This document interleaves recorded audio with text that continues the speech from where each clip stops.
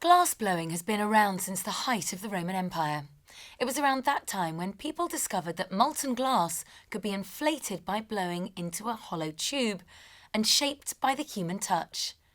There are many different techniques that glass blowers use to form vessels and decorative pieces, but for 2,000 years, the base techniques have remained relatively unchanged.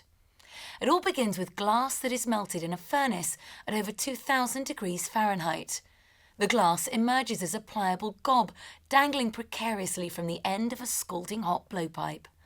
Once the gob is secured, the other end of the 5-foot steel or iron pipe is cooled in a barrel of water, and the glass blower can set to handling and shaping the delicate mass. The glass blower blows into the pipe to begin forming a bubble in the glass, all the while keeping the pipe rotating. More layers of glass can be added with a gathering iron or by tipping the pipe back into the furnace. The shaping of the glass often begins with nothing more than a wet newspaper between the glass blower's bare hands and the 2,000-degree molten mass.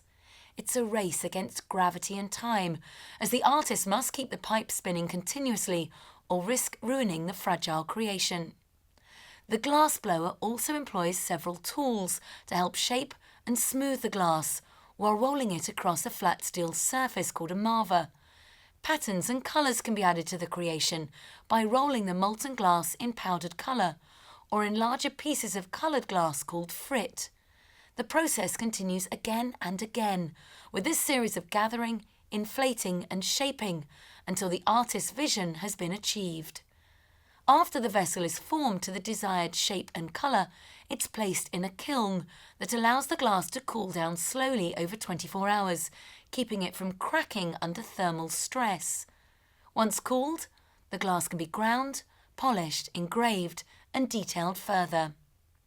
Susie Perrett of Ventura Hot Glass talks to us about this art form that's become her life's work and passion. Because we're giving a romantic story on our pieces. I call it romantic because I think it's almost a poetic expression in our glass. Instead of words, it's a feeling. But we're telling the story around the piece with our design. And a lot of it has the metallics and the colors tend to line up and have a feeling of Gustav Klimt. And so it's that flavor, it's that poetic story. I say all of Midsummer Night's Dream is in our work because we do work abstract, then the viewer is allowed to participate in the imagery as well, trying to discover what he or she thinks of it too, and allows that story to continue around the piece.